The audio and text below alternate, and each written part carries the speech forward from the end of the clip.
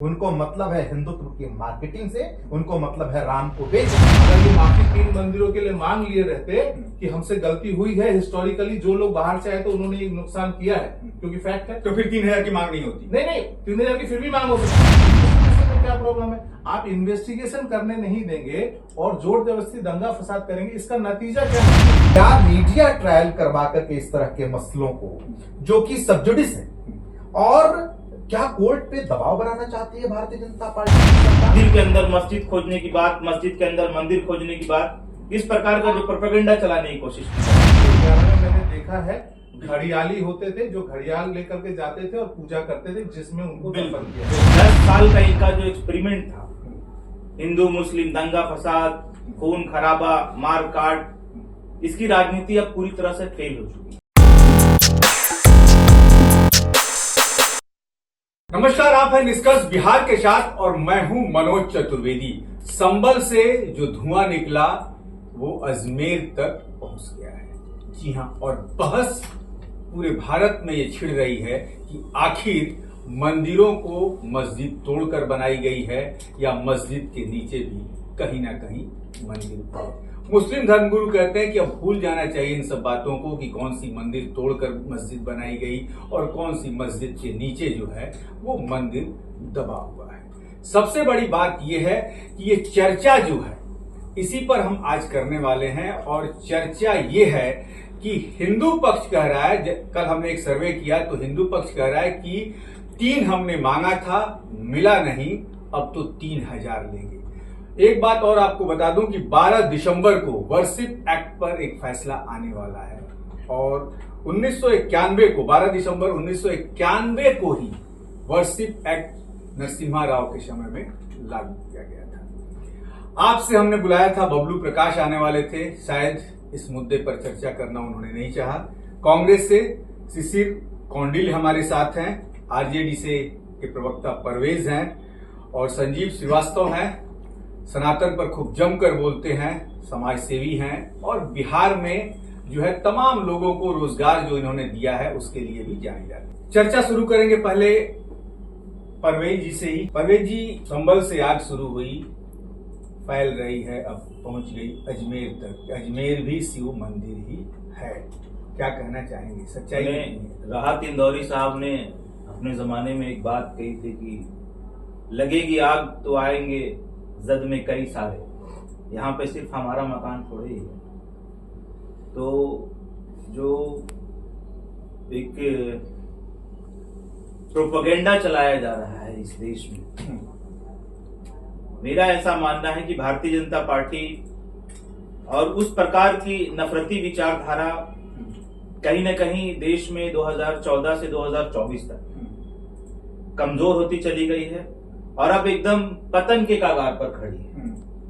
और नफरती विचारधारा की बीज बोने वाले लोगों के पास अब और कुछ बचा नहीं। 10 साल का इनका जो एक्सपेरिमेंट था, हिंदू मुस्लिम दंगा फसाद, खून खराबा, मार काट, इसकी राजनीति अब पूरी तरह से फेल हो चुकी है।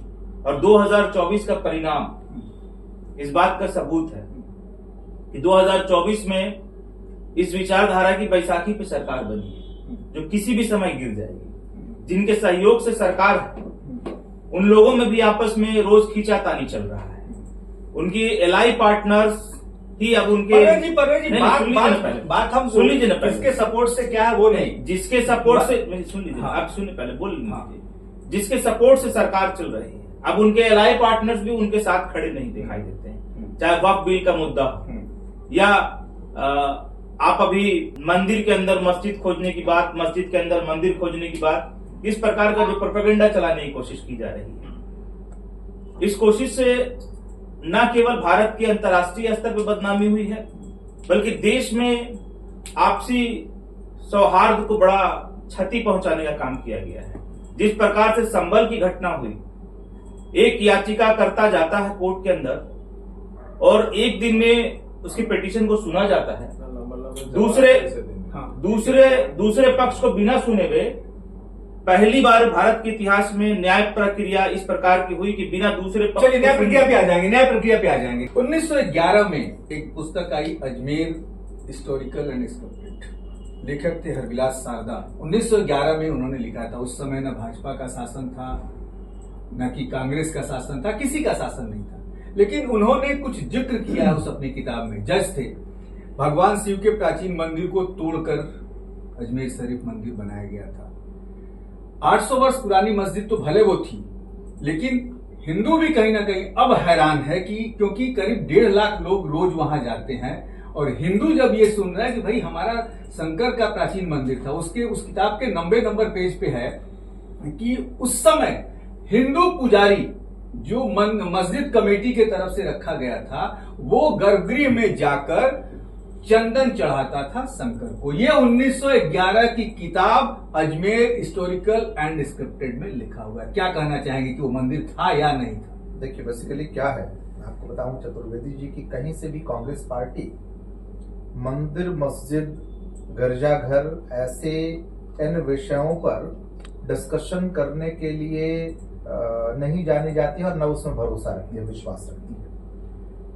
1911 में किसी राइटर्स ने क्या लिखा, पुरुषोत्तम नागेश ओक ने भी बहुत कुछ लिखा है इस विषय पे, और उनकी कई सारी किताबें आई हैं, और बड़े वो एमिनेंट राइटर माने जाते हैं राइट विंग, जहां तक मेरी समझ करती है। लेकिन वो क्या रिलेवेंट है, वो क्या प्रासंगिक है इस देश के लिए? नहीं है। दूसरी बात मैं कहना चाहता हूं कि देखिए क्या है कि अब इस देश में जो सिस्टम है, संवैधानिक व्यवस्था जो है, उसमें कार्यपालिका, विधायिका, न्यायपालिका, ये जो पिलर ऑफ डेमोक्रेसी जिसको कहेंगे, आप भी 4th पिलर में है, लेकिन वो संवैधानिक नहीं है, सो आपको भी पता है, क्योंकि मैं कानून का विद्यार्थी हूं, इसलिए मैं बता रहा हूं। ठीक है ना? तो होता यह है कि बेसिकली जैसे क्या है कि कोई व्यक्ति चला गया न्यायालय में किसी अर्जी को लेकर, पब्लिक इंटरेस्ट लिटिगेशन में मामला जो है वो जाता है, और न्यायालय उस हिसाब से उन मामलों की पेचीदगी पे कंसिडर करती है, और वो उस कंसिडरेशन पे जो है वो अपना कार्रवाई करती है, उसकी प्रोसीडिंग जो होती है वो होती है, और उसके बाद जो स्थिति आती है कि भाई सर्वे का मामला हो चाहे और उसका जो एक मतलब मैं जो कहना चाहता मैं कंप्लीट कर लूं, ठीक है? आपने चूंकि एक पक्ष के रूप में मुझे बुलाया है, जरूर मुझे पूरी बात करने का अधिकार है। हाँ, बताएं। ठीक है। अब मैं जो पूछना चाहता था कि कांग्रेस पार्टी कंप्लीट लिबरल है, कंप्लीट उदार है इस मामले को लेकर, लेकिन क्या इस तरह का मीडिया ट्रायल करवा करके और भारतीय जनता पार्टी, मैं जो कुछ सर सुन लीजिए ना, सुन लीजिए पहले पूरी, भाई अगर मुझे आप सवाल करते रहेंगे तो फिर मैं कैसे जवाब दे पाऊंगा? मैं कंप्लीट कर लूं। बिल्कुल, मेरा सवाल ये है कि क्या मीडिया ट्रायल करवा करके इस तरह के मसलों को, जो कि सब्जुडिस है, और क्या कोर्ट पे दबाव बनाना चाहती है भारतीय जनता पार्टी की सरकार? क्या बहुसंख्यक वोटों का पोलराइजेशन करवाना चाहती है भारतीय जनता पार्टी की सरकार? ये बहुत बड़ा क्वेश्चन मार्क है इस देश में। और आपको पता है, ये इन सब बातों से इतर जिस प्रकार की बात मणिपुर में हो रही है, और उस पे सरकार और न मीडिया की बात, उसको भी कटघरे में मैं खड़ा करता हूं कि मीडिया को भी क्या वो मैतेई को सुरक्षा देने में सरकार विफल है? आप मणिपुर की बात, सवाल क्या है? सवाल क्या है? संजीव जी, आप मणिपुर की बात कर रहे हैं, आपने बोली आप मणिपुर की बात कर रहे हैं। आपके राहुल गांधी से कभी बांग्लादेश की बात नहीं निकली है कि बांग्लादेश में हिंदू का कत्लेआम होता है, इसको इस्कॉन मंदिर तोड़े जा रहे हैं, उसमें तो राहुल गांधी ने एक भी शब्द कहा है? सुन लीजिए, बताइए।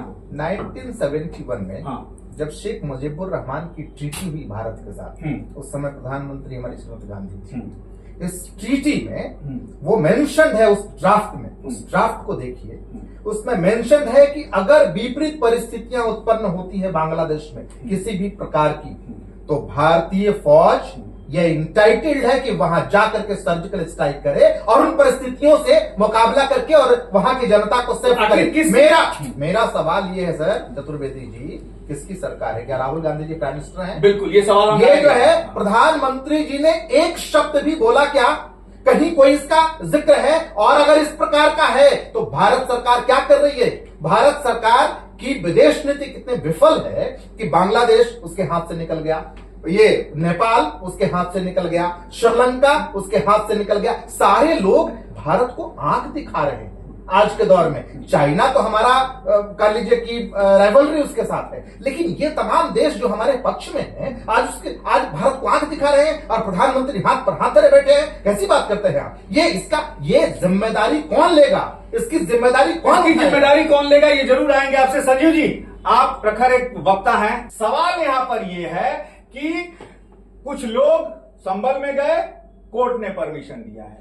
अजमेर शरीफ के लिए लोग गए, अजमेर की अदालत ने परमिशन वहां याचिका को स्वीकार किया है। अभी कि ये याचिका और याचिका तभी स्वीकार की जाती है जबकि कभी कोर्ट को लगे, क्योंकि हम कोर्ट से ऊपर नहीं है, कोर्ट को लगे कि नहीं इसमें कहीं ना कहीं सच्चाई है। और उसमें भी उसी किताब का जिक्र किया गया है, हरविलास शारदा। पहला आपकी बात सुनिए, हरविलास शारदा कोई राइट विंग राइटर नहीं, एक हाई कोर्ट के जज है। हाँ।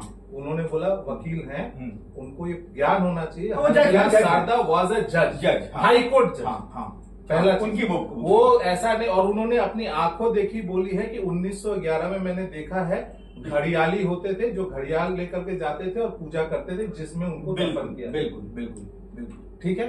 दूसरा चीज, अब इन्होंने बोल दिया एक बात क्या कि अब एक दोनों चीज में संभल और इसके अंदर एक चीज देखिएगा, मैं आपको बहुत आई विटनेस जो संभल वाला, बिल्कुल इसी पे चर्चा। हाँ, उसी बता रहा हूँ। संभल के जो आई विटनेस है उन लोगों ने क्या बयान दिया कि यहाँ पे कुआं था, हम लोग अपना शादी का कुआं पूजन यहाँ करते थे। ठीक है। धीरे धीरे क्या हुआ, वो जो संभल शहर है वो पृथ्वीराज चौहान का शहर है।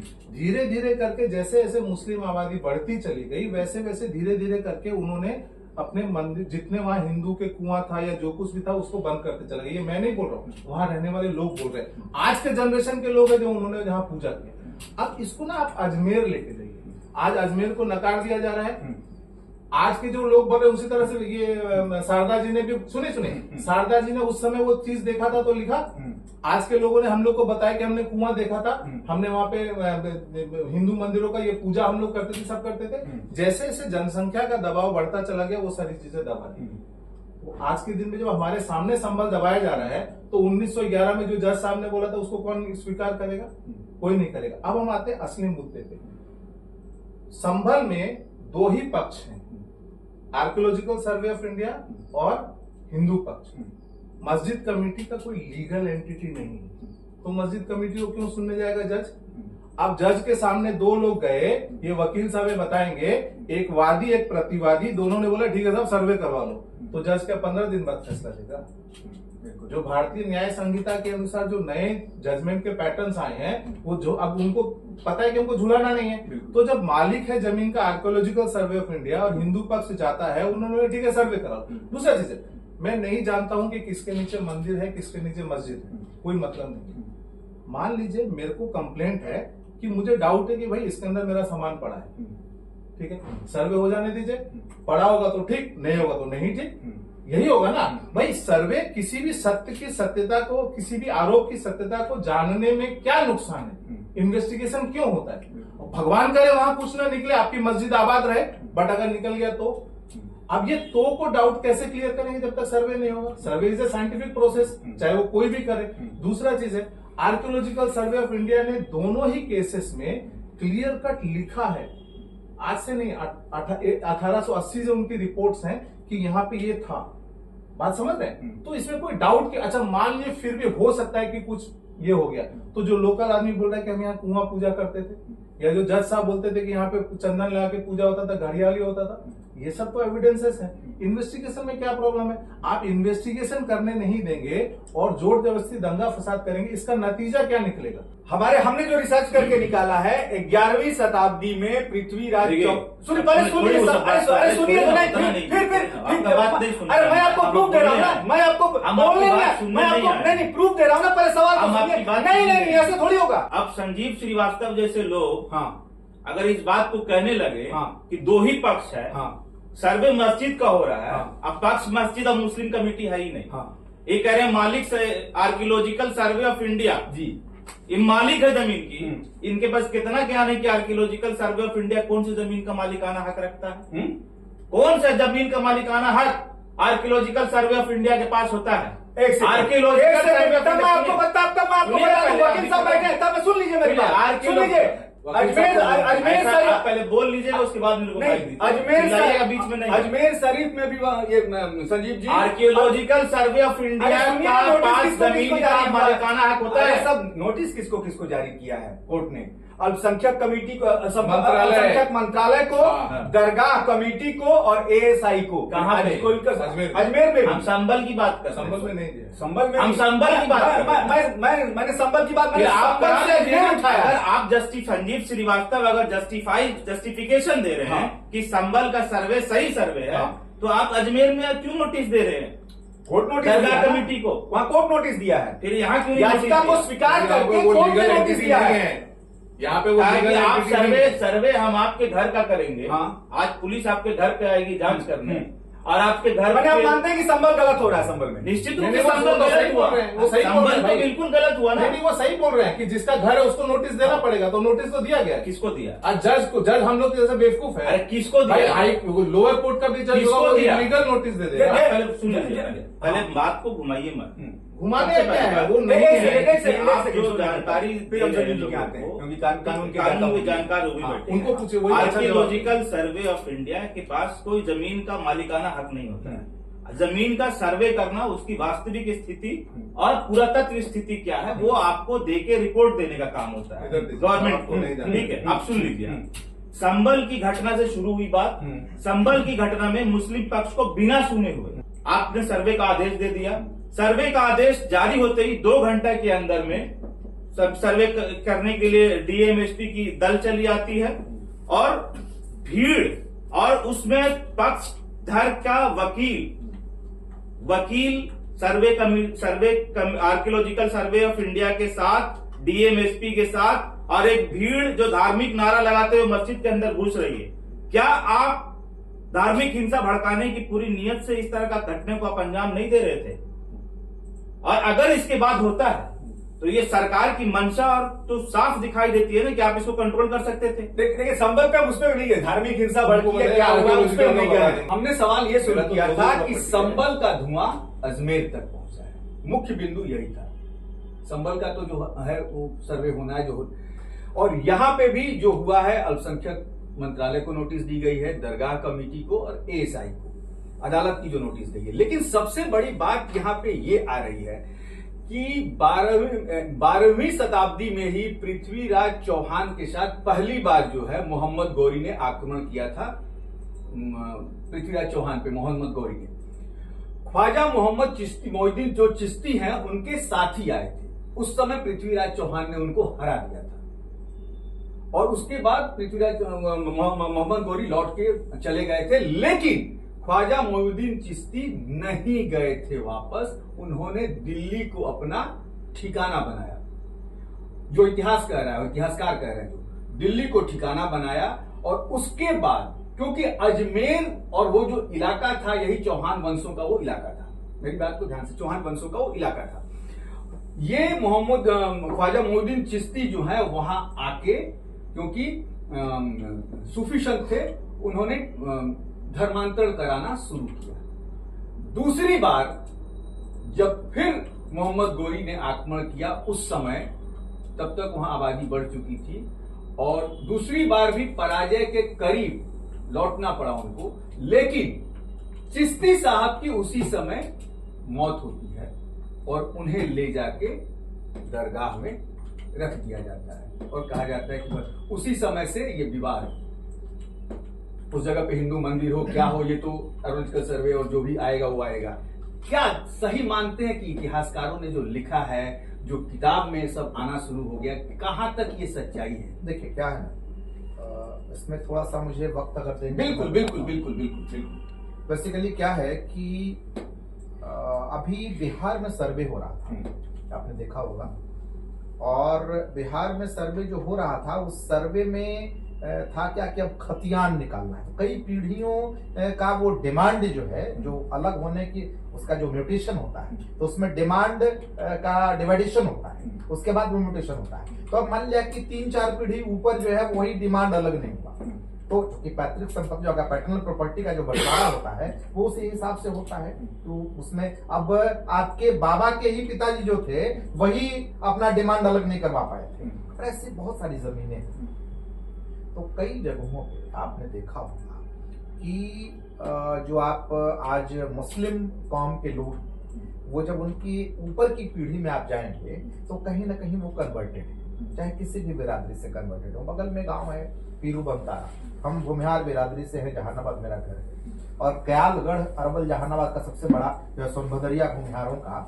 और जब चले जाएंगे पीरू बमतारा तो वो भी सोनभद्रिया भूमिहारों का गढ़ है, लेकिन सारे लोग मुसलमान हो गए हैं। बहुत बड़ा गाँव मुसलमानों का, ठीक है ना। तो वो व्हाइट हाउस वगैरह गया मैं, आप सब कुछ जो देखेंगे तो उसमें उस हिसाब से है।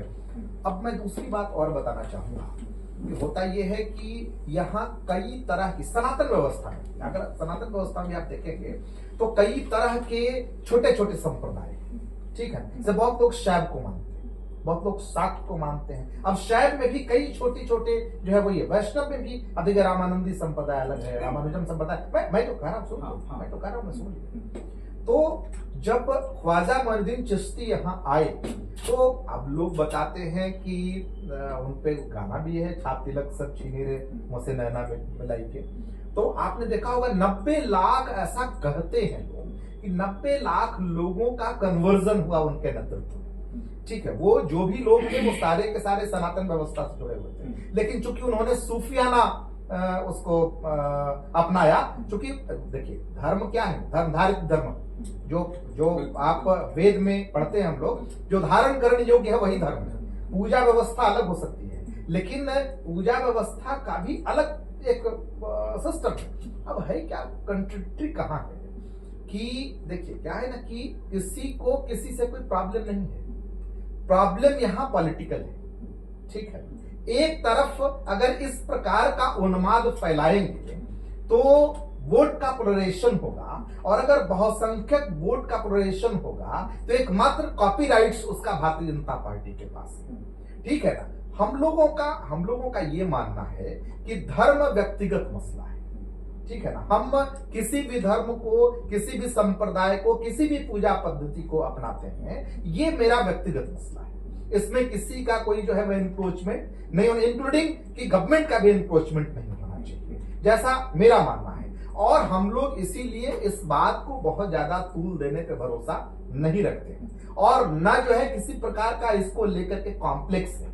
लेकिन कुल मिलाकर के अगर आप देखेंगे तो भारत में जो भी भारतीय नागरिक हैं, कोई अरब से तो आए नहीं, ठीक है ना, सबके सब यहीं के हैं। अब उनकी अगर व्यक्तिगत मुसलमान बाहर से आए हैं, नहीं तो बसे हैं। नहीं सर, कहाँ था, आप रिकॉर्ड उठा करके देख लीजिए, ठीक है। अरे सुनिए ना, अरफा खानम शेरवानी ने रख लिया नाम अपना, लेकिन कुल मिलाकर के ये है कि जो भी यहाँ पे जो लोग भारत में थे, हो सकता है उनको इस पूजा पद्धति पे भरोसा नहीं था और किसी और पूजा पद्धति को वो अपनाना चाहते थे, ठीक है ना, तो उन्होंने अडॉप्ट किया। अब हम तो आपको उदाहरण दिए पीरू बमतारा का, उसको क्या डर था भाई, लोग कहता है तलवार से जो है वो, तलवार से डर करके लोगों ने जो है वो धर्म बदल लिया। उनको तो कोई डर नहीं था, वो लोग तो राजा थे, जमींदार थे। सवाल इसका नहीं है, सवाल है कि ये हमारा व्यक्तिगत मसला है और बीजेपी इस मसले को पॉलिटिकलाइज कर रही है। हमारा यहाँ पार्टी को जो सबसे बड़ी बात है कि आप ये मानते हैं कि उस समय 90 लाख लोगों का कंजर्वेशन हुआ, हम नहीं मानते, हो सकता है। भाई सवाल क्या है, मैं क्या कर रहा हूँ, हम नहीं मानते। ये जो कह रहे हैं हिस्टोरिकल फैक्ट्स, अभी हमारे सुप्रीमटी कॉम्प्लेक्स से ग्रसित माननीय संजीव जी इस बात को ये कर रहे थे, व्हाट्सएप ज्ञान हम लोगों ने बहुत क्या मैं बताऊं आपको, नहीं बताना चाहता, ठीक है ना। लेकिन क्या है कि जिस हिसाब से चीजें यहाँ पे हो रही हैं वो ऑब्जेक्शन है। यहाँ पे जिस प्रकार सनातन की तरफ जा रहा है, भाई सवाल क्या है ना, सनातन की तरफ मैं कह रहा हूं कि इस प्रकार का मुद्दा उठना ही नहीं चाहिए। धर्म व्यक्तिगत मसला है, धर्म को राजनीति के साथ जोड़ करके देखना ये ऑब्जेक्शनेबल है। देखिए, मोदी यदि घर घर गंगे करते हैं तो कांग्रेस को ऑब्जेक्शन, मोदी यदि पूजा करने जाते हैं तो कांग्रेस को ऑब्जेक्शन कोई objection नहीं, लेकिन राहुल गांधी पूजा करते हैं तो कभी भाजपा वाले नहीं जाते हैं। आप मुद्दे से भटक आप जा फिर रहे जो हैं। है मुद्दे से अलग लेकर के जा रहे हैं। हाँ। कभी भी मोदी के ना हर हर गंगे से परहेज है हाँ। किसी को, हाँ। और ना कांग्रेस पार्टी को जो है सनातन व्यवस्था से परहेज। परहेज क्या है हाँ। कि आप देखिए, भारतीय जनता पार्टी को न सनातन से कोई मतलब है, न उनको राम से कोई मतलब है, न हिंदुइज्म से कोई मतलब है। उनको मतलब है हिंदुत्व की मार्केटिंग से, उनको मतलब है राम को बेचने से, ठीक है ना। और कांग्रेस पार्टी इसी का विरोध करती है। कांग्रेस पार्टी कहती है कि सनातन अगर आपका जितना है तो उतना मेरा भी है, लेकिन आप सनातन की मार्केटिंग करके अगर मोस्ट ऑफ वोट्स को, जो बहुसंख्यक वोट्स है, उसको आप पोलराइज करते हैं, हम इसका विरोध करते हैं। जी दीपांकर, तो ये छोड़ की यात्रा में मैं आप आपको भी शामिल पहले- हो रहे हैं ये और दोनों नहीं- आदमी पॉलिटिकल लोग हैं। हाँ। मैं आपको अब आदमी वाला बात, मुद्दा क्या है भैया, ये जो आज हम लोग देख रहे हैं ये कहीं ना कहीं राजनीति जनित है। वो कांग्रेस भी दोषी है, राजद भी दोषी है, भाजपा मिल्किंग कर रही है।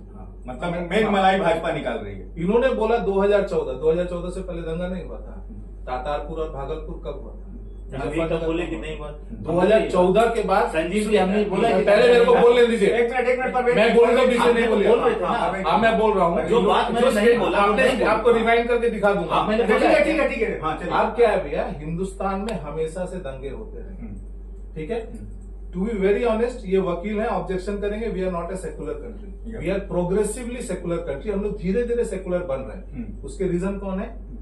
कांग्रेस। बाद में बोलूंगा, फिर हल्ला उल्ला हो जाएगा। अब मैं मेन बात बताता हूँ। होता क्या है भैया कि एक जो संस्कृति है वो हमेशा से हर पूरे दुनिया में उसने दूसरे के धर्म को तोड़ा है, मंदिरों को तोड़ा है। सिर्फ हिंदुस्तान की बात नहीं, it's a global thing, it's a global thing. आपके सामने, नजर के सामने हो गया सोफिया कितने बार चर्च से मस्जिद और मस्जिद से चर्च बना है।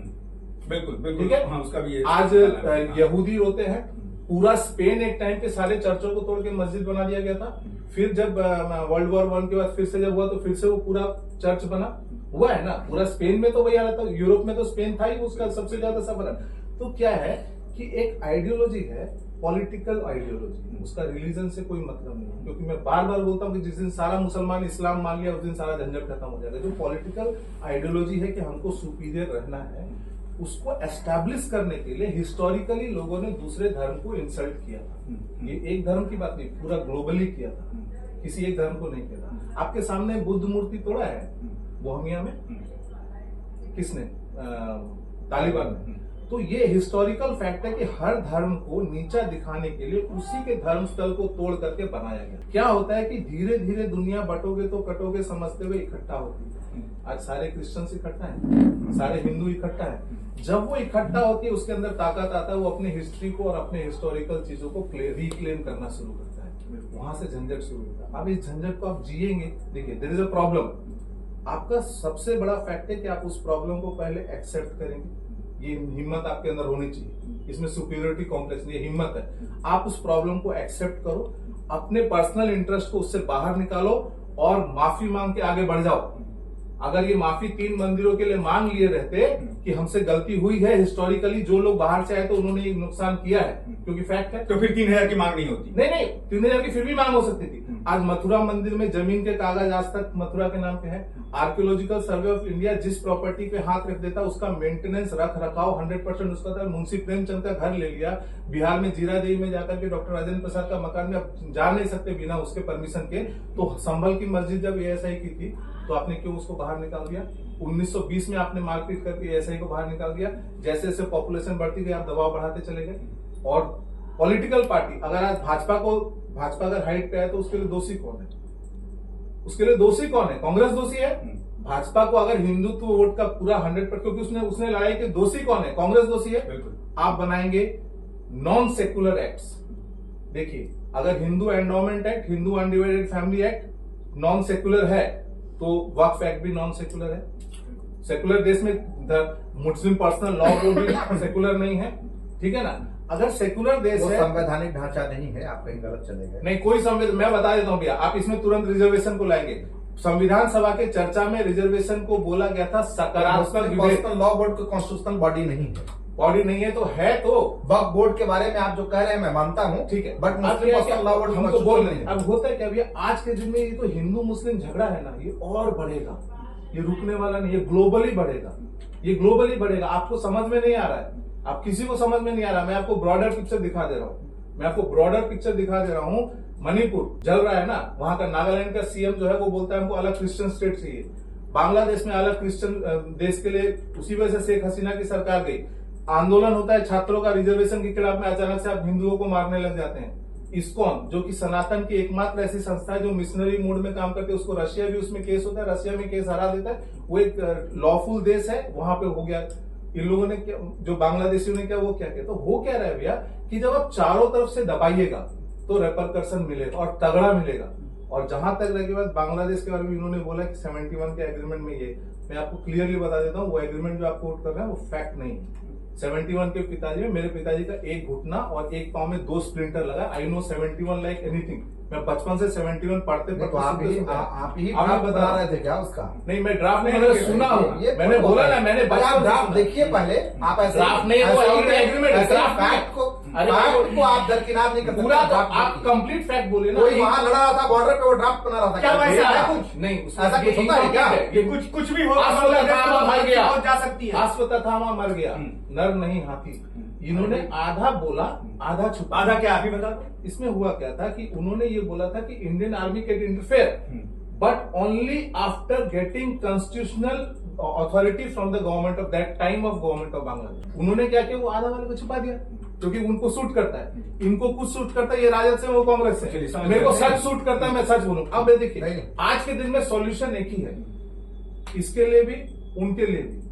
अगर आपको अपने दुश्मन को हराना है, आपको उससे एक कदम आगे निकलना पड़ेगा, टू बी वेरी ऑनेस्ट। अगर आपको चाहिए कि भाई पोलराइजेशन वोट का नहीं हो, जैसे बाकी दुनिया ने, एक बात बताइए, जर्मनी, दोनों आदमी से पूछ रहा हूं, हम जर्मनी नहीं, मैं उदाहरण दे रहा हूं इसी समस्या का। रुकिए, किसी जर्मनी नागरिक को आज तक आपने हिटलर का गुणगान करते हुए देखा है या बोला है कि हमने यहूदियों को मार के अच्छा किया था? हमारे यहां क्या होगा, आप औरंगजेब रोड नाम रखेंगे, औरंगजेब का AIM जाकर के पूजा करेगा, और मैं उस औरंगजेब को हिंदू हंता देख रहा हूं, रिएक्शन नहीं होगा। आप खोद करके किसी घाव में उंगली डालिएगा, बोले कि वो दर्द से नहीं चिल्लाएगा। कह रहे हैं कि इतना आप लोगों ने उत्पात मचाया जिसके लिए अब हिंदू जग गया है। देखिए, सबसे पहली बात की मुद्दे की बात कम होती है, मुद्दे की तो बात हो रही है। अब वो जो कहे, चले गए, हाँ। यूरोप चले गए, बांग्लादेश चलिए, उन्होंने उदाहरण दिया है, आप बताइए ना। ये तो कह रहे हैं कि मुसलमानों ने इतना दबा दिया कि अब आग फूट रही है। हमने 3 मांगा था। इसको कार्ल बूपर्स, इसको इंग्लिश में पैराडॉक्स है, उसको पहले तो कार्ल ये बूपर्स आपका जो सवाल ही होता है उसके ऊपर आपत्ति, मुसलमानों ने किसको दबाया? ये तो कह रहे हैं ना, आपके सामने प्रखर वक्ता है, प्रखर वक्ता कह रहे हैं कि इतना अमली कर दिया हमको। अरे ये तो वही ना हुआ, मैंने बोला इतना तंग कर दिया गया। चतुर्वेदी जी, इतना शब्दों का प्रयोग बढ़िया से किया। अरे तो सुनिए ना, इतना तंग किया गया, तंग किया गया। इससे क्या हो सकता है? आज भी कर रहे हैं, आज भी कर रहे हैं, सुन लीजिए, आज भी कर क्या रहे हो हैं। सकता है? आज भी कर रहे हैं। मुसलमान आज भी कर रहे हैं। ये तो कोई स्पेसिफिक कोई अथोराइज्ड व्यक्ति है नहीं, हाँ। संजीव श्रीवास्तव यहाँ कि किसके पक्ष में मेरा बात कर रहे वोटर आई कार्ड है हैं, वो। ठीक है, हाँ। किसके पक्ष में बात कर रहे हैं और किस विचारधारा की बात कर रहे हैं। कभी जर्मनी चले जा रहे हैं उठ के, कभी यूरोप नहीं, चले जा वो रहे हैं, उदाहरण दे रहे कभी हैं। बांग्लादेश वो चले नहीं जा रहे सुनेंगे हैं। ना, वो नहीं ठीक है। सुनेंगे, इनको समझा के भी आपका कोई फायदा अपना नहीं। इंटरनल मामला, हाँ। जो आपका यहाँ इंटरनल मामला, अब ये कहेंगे कि उन्होंने वो कर दिया, उन्होंने वो कर दिया, उन्होंने वो कर दिया। औरंगजेब की बात इन्होंने की, औरंगजेब ने सारे मंदिरों को तोड़ दिया, तो आप क्या कर रहे थे उस समय? ताकत नहीं तो आज है। क्या है कि सबसे पहले तो हेल्दी डिबेट में कॉम्प्लेक्स को बाहर निकाल के बैठिए संजीव जी, ठीक है? अच्छा, आप दोनों आप अलायंस और ये सत्ता परस ताकत के छत्र छाया में हो रहे, बिल्कुल, ये बेहद ऑब्जेक्शनेबल है।